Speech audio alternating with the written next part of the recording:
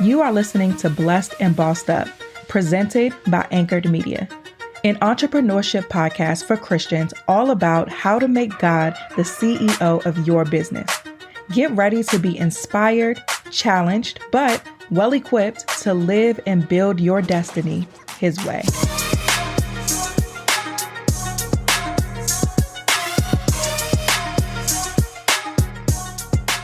Hey guys, welcome back to another episode of the Blessed and Bossed Up podcast. This is part 2 of our leadership lessons episode from the book of Joshua.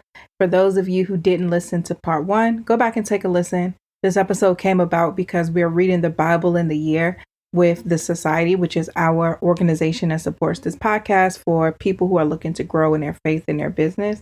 And one of the reading assignments was to read Joshua 1 through 5. And I had got so many gems from just that part. I was like, this is a whole podcast episode. And then as I got to record it, I'm like, this is actually 2 whole podcast episodes as I'm getting to communicate. So we covered the first 3 points. Go back and listen to part 1.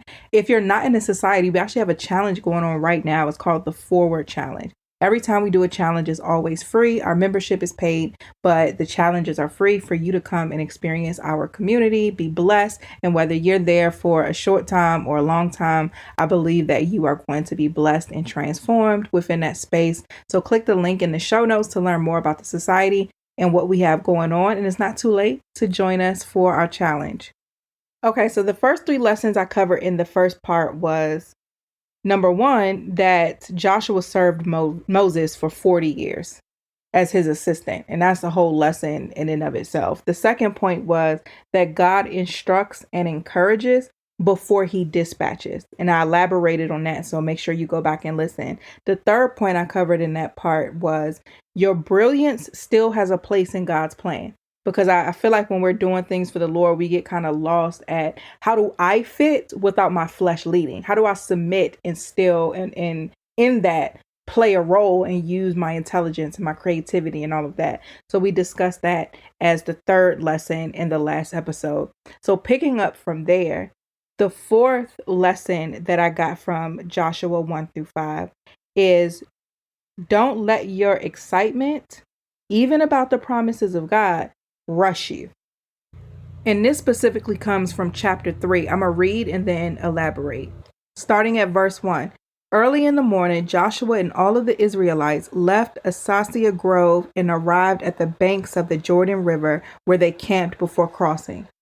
3 days later, the Israelite officers went through the camp, giving these instructions to the people. When you see the Levitical priests carrying the Ark of the Covenant of the Lord your God, move out from your positions and follow them. Since you've never traveled this way before, they will guide you. Stay about a half a mile behind them, keeping a clear distance between you and the Ark. Make sure you don't come any closer. Then Joshua told the people, purify yourselves for tomorrow. The Lord will do great wonders among you. Let's pause here. Think about this for a second. These people were the generation after the generation that wandered for 40 years and died off. So they knew the promised land is a big deal, right? So much so that because our grandfathers and them was complaining so much, they didn't even get to see it. So much so that because Moses disobeyed God, he didn't get to see it either, even after all he went through with them folk, right? So this was a big deal. And here we are getting ready to walk into this promised land. And so it like put yourself in this position. The time has finally come. The leaders came out and say, all right, here are the instructions. Once you see the priests in the Ark of the Covenant, go ahead and follow them. Stay about a half a mile behind. Like, follow these instructions. Then then Joshua, the leader, comes out and says, hey, purify yourselves because tomorrow, y'all, it goes down. The Lord is going to do great wonders among you. To me, this feels like the first day of school. I don't know about y'all, but if God told me, or if a spiritual leader of mine that God has put in place comes and say, hey, tomorrow, the Lord is going to do great wonders among you, I am not sleeping. I'm going to be up all night because, like I said, like the first day of school, I'll be so excited that I simply can't sleep. And to the point where I'm probably going to want to go and run to the promised land, right? It's so easy to get excited, and we should get super excited about the promises and the things of God and the instructions and the plans and all of that. These are exciting things. But going down to verse 9, it says, "So Joshua told the Israelites, 'Come and listen to what the Lord your God says. Today, you will know that the living God is among you.'" So because he said today versus tomorrow, this lets me know that the night has gone by. And again, if I was them, I would not have slept.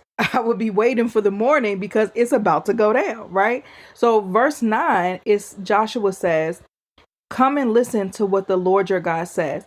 Today you will know that the living God is among you. He will surely drive out the Canaanites, Hittites, Hivites, Perizzites, Girgashites, Amorites, and Jebusites ahead of you. Look, the Ark of the Covenant, which belongs to the Lord of the whole earth, will lead you across the Jordan River. Now, choose 12 men from the tribes of Israel, one from each tribe. The priests will carry the ark of the Lord of all the earth. As soon as their feet touch the water, the flow of the water will be cut upstream, and the river will stand up like a wall." So before they could go on and move forward, Joshua had to reiterate some instructions. He had to let them know the game plan for the day. And the key piece of this scripture to me comes in verse 13, where it says, "The priests will carry the ark of the Lord of all the earth. As soon as their feet touch the water," because they're crossing the Jordan River. This river is actively flowing, right? They say as soon as their feet touch the water, the flow of the water will be cut off upstream, and the river will stand up like a wall. He was letting them know that something unconventional was going to happen in order for them to cross the river to get to the promised land.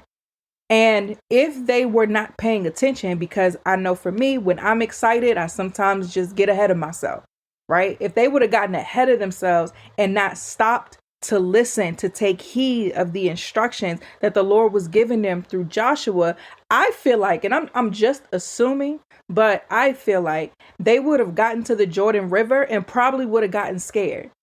Because how are we supposed to cross over into the promised land if this river is here, right? So I believe that in them stopping to listen, they were able to get proper wisdom and instruction for the task at hand.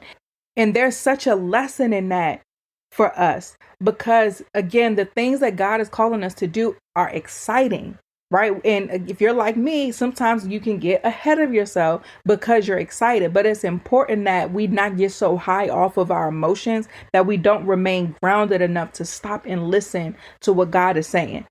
I have a practice as it relates to this whole life of making God the CEO.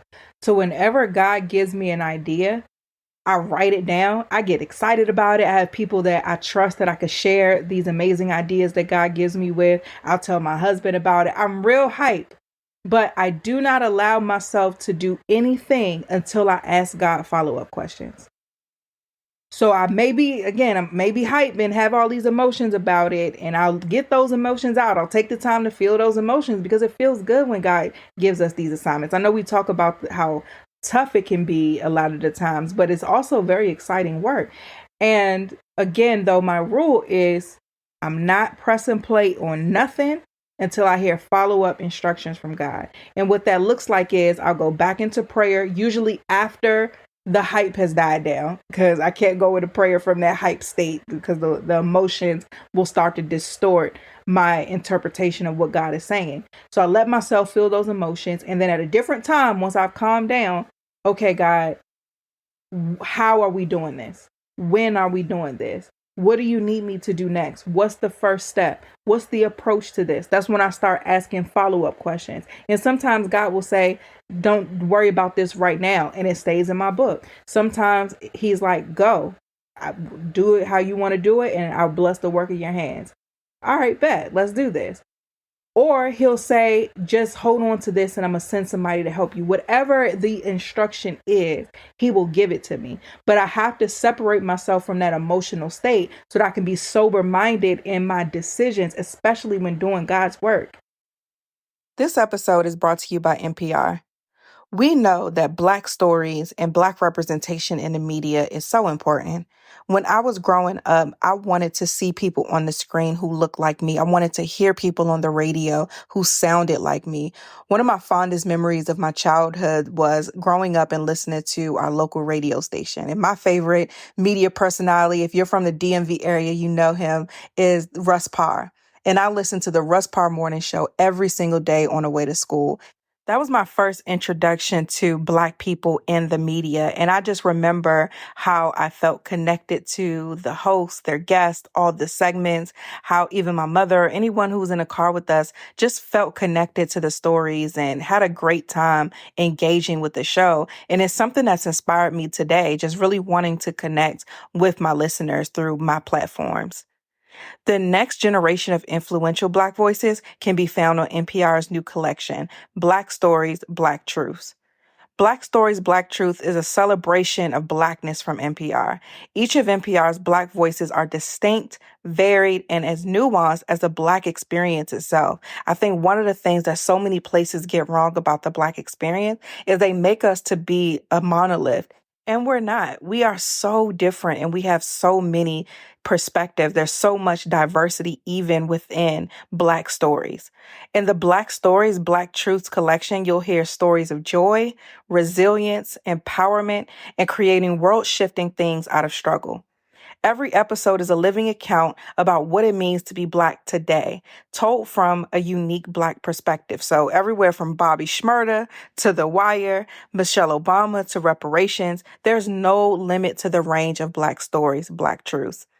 My favorite part of the series is the diversity of perspectives because I believe that one of the most frustrating things about being Black in America is the way they try to group us all together as if we don't have different backgrounds, different thoughts, different opinions, different cultures within our culture. And I love that diversity.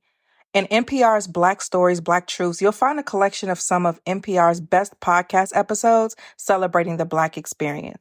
Turn on NPR today and hear a range of voices as varied, nuances, and as Black as the country we reflect.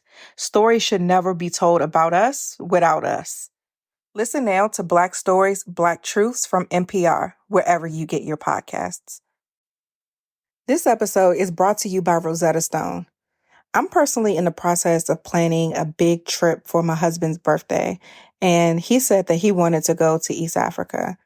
And what I believe would be the cherry on top is if we actually practice and learn the language ahead of getting there. Introducing Rosetta Stone.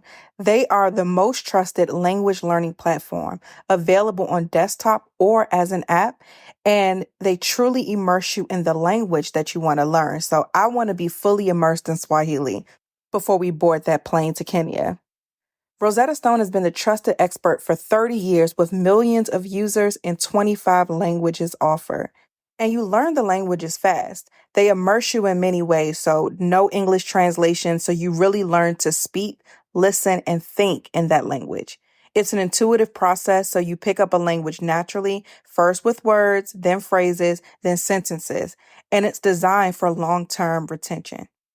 They have a built-in true accent feature that gives you feedback on your pronunciation. So it's like having a personal trainer for your accent. Their desktop and app options with audio companion and ability to download lessons offline make them extremely convenient. And of course, they have an amazing value. So your lifetime membership has all 25 languages for any and all trips and languages needed in life. That's lifetime access to all 25 language courses Rosetta Stone offers for 50% off. A total steal. Don't put off learning that language. There's no better time than right now to get started. For a very limited time, Blessed and Bossed Up listeners can get Rosetta Stone's lifetime membership for 50% off. Visit rosettastone.com/today. That's 50% off, unlimited access to 25 language courses for the rest of your life. Redeem your 50% off at rosettastone.com/today. I have a friend who has a ministry, and I was praying about her one day, or praying for her one day, and praying for a bunch of, I pray for my friends all the time. And anybody who God drops in my spirit, I'm going to pray for them. So I was praying for her, and God wanted me to share with her specifically regarding her ministry, how he's about to elevate it, and she needs to pay particular attention to those who are going to try to attach themselves. Like there were going to be wolves in sheep's clothing who are going to come trying to volunteer or lend a hand, but they're leeches and they're not of God, but they are really just selfish and out to advance themselves and not really serve the Lord's vision. So I told her this. And of course, she appreciated it. And now, within the excitement of, hey, God is about to really blow this ministry up. Like, it's about to get real, real for you. But within that and within the excitement of that, pay attention to this. That's how God moves. He didn't want them to get to the Jordan River and then get scared and afraid and all of that because there was no break in the river for them to cross over. He told them straight up, like, hey, you're going to get there, but that water going to stand up though. And again, for you, this is such a great lesson to, in all of the excitement, it may feel like the first day of school when God is about to do something, but make sure that you still sit and listen, because within those instructions is going to be so much wisdom and so many warnings that are going to be necessary for you to successfully complete the task at hand. The next leadership point I want to highlight is that as a leader, you're going to have to just do what God says and see what God does. Let's go back to the text. In Joshua 3, verse 6, it says, "In the morning, Joshua said to the priests, 'Lift up the Ark of the Covenant and lead the people across the river.' And so they started out and went ahead of the people. The Lord told Joshua, 'Today I will begin to make you a great leader in the eyes of all the Israelites. They will know that I am with you, just as I was with Moses. Give this commandment to the priests who carry the Ark of the Covenant. When you reach the banks of the Jordan River, take a few steps into the river and stop there.'" So that was it. That was the instruction that the Lord gave through Joshua to the priests. They went on ahead of the people. And then Joshua then went and addressed the Israelites. And that's what we read before in verse 9. They didn't hear any of that. The priests didn't know that the water was going to be lifted up so that the people can cross on dry ground. They were gone. They missed that part. They were already headed where they needed to go. They had their marching orders and they were on their way. So then Joshua addressed the Israelites, and then we get down to verse 14 where everybody's off. Like, we got our instructions, it's time to go. It says, "So the people left their camp to cross the Jordan, and the priests who were carrying the Ark of the Covenant went ahead of them." So again, they were already ahead. It was the harvest season and the Jordan was overflowing its banks. But as soon as the feet of the priests who were carrying the ark touched the water at the river's edge, the water above that point began backing up a great distance away at a town called Tatum, which is near Zarethan. And the water below that point flowed on the Dead Sea until the riverbed was dry. Then all the people crossed over near the town of Jericho. Meanwhile, the priests who were carrying the Ark of the Lord's covenant stood on dry ground in the middle of the riverbed as the people passed by. They waited there until the whole nation of Israel had crossed the Jordan on dry ground. Now, again, as a leader, these priests are an example of leaders. You're going to have to just do what God says and see what God does. They were told to take this Ark of the Covenant and lead the people across the river. They were told, when you get to the banks of the Jordan River, take a few steps into the river and stop there. Now, the scripture goes on to tell us that in verse 15, that it was harvest season. All the Jordan River was overflowing its banks. So this ain't no shallow water. This ain't no calm, peaceful water. It's overflowing. It's full. And they have this instruction that we're going to lead these people across. I have to put myself in the scriptures, because and as I read and study, that's how I internalize it to be able to live it out. So I'm looking at this and I'm like, I know they had to have gotten here and been like a little skeptical, like, God, what? This river is overflowing and you want us to step in? That don't really make too much sense for us to be doing that. How are all of these people going to cross over this river that's overflowing. Like, it's not making sense at all.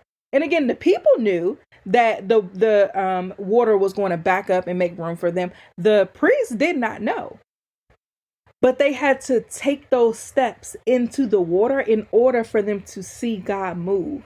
So whatever it is that God is telling you to do that does not make sense, you have the instruction, but you're looking at the circumstances and you're not seeing that the math just simply ain't mathing in that situation. You have to still take those steps in faith and see what God does. You're going to have to do what he says and see what he does. I talk about often more recently how God is calling me to slow down and move at a different pace in my business. Another part of, or another step in that direction has been to pull my son, my baby, from daycare. I've been having a lot of conflict with the daycare center, not because the way that they are providing care is an issue, but it's more so of just the rules that they have don't fit us, right? I need some flexibility as an entrepreneur. And to be quite honest, I don't like my baby being gone all day. I liked my situation where my child was in a home. I had childcare. I could work, but also take a break and go play with my kids and then work and then also fix lunch for my baby if I wanted to. Like, I enjoyed that situation. So with our nanny not really fitting with the baby and us having to make the adjustment, has been rough. And in going to God about it, I am confident that pulling him out and keeping him home with me is exactly what God needs me to do in this season. But to be quite honest, it don't fully make sense because in order for me to do that, I've cut my business as far as like my podcast management service through Anchor Media. I've cut that business significantly. My client list, I cut at least 75%. And then I also have my studio, which is a brick and mortar business. It's not an online business. It has bills. It has a mortgage. It has bills that go along with it, HOA fees, all of these things. So it's a riskier business. So to put myself in a position where essentially I have to work less, it just doesn't make sense. Because I'm not willing to sacrifice quality time with my kids for business. That's just like absolutely not for me. So during the day, I am limited to work early in the morning, late at night. That's also not conducive for the season that God has me in. So in all of disobedience, nothing is making sense. And my thought process and what I tell God all the time when we get to this place, because we get here often of his instructions not making sense, where I say, you know what, God, this is how I feel, but nevertheless, not my will, but let your will be done. I am excited to see how this all plays out. And I'm going into, and actually, as I'm recording this, today's my son's last day of daycare. So tomorrow I'm officially a stay-at-home working mom, right? I am excited. I'm not stressed. I'm not anxious. God has given me a peace that surpasses even my understanding because homegirl is a recovering overachiever. But even with that, over the last few months, as I began to say yes in my decisions and make it and be in alignment with this season God has me in, he's blessed the studio financially, like bookings on top of bookings and opportunities. And all of these different things have come to that business of no result of what I've done. Right? All I do is show up and execute well and treat people well and make sure the place is beautiful and show people the love of God through great customer service and all of that. And of course, I do my job as far as my role as the CEO of the company. But all of the increase that we've seen over the last couple of months is God. And I've seen that in any venture that I've started in obedience with God has seen exponential increase because of him. And again, I'm smart. My brilliance has a role here, but any success is not as a result of my brilliance, as a result of God. As a leader, you're going to have to just do what God says and see what he does. Period. So that's it for this episode. I hope that it blessed you. We're going to wrap this up here. Thank you so much for listening. If you want to take the journey through the Bible with us this year in the society, join us, activate your free trial and come and join us. There are a lot of exciting things happening there. Thank you again for listening. I love you guys and I'll talk to you next week.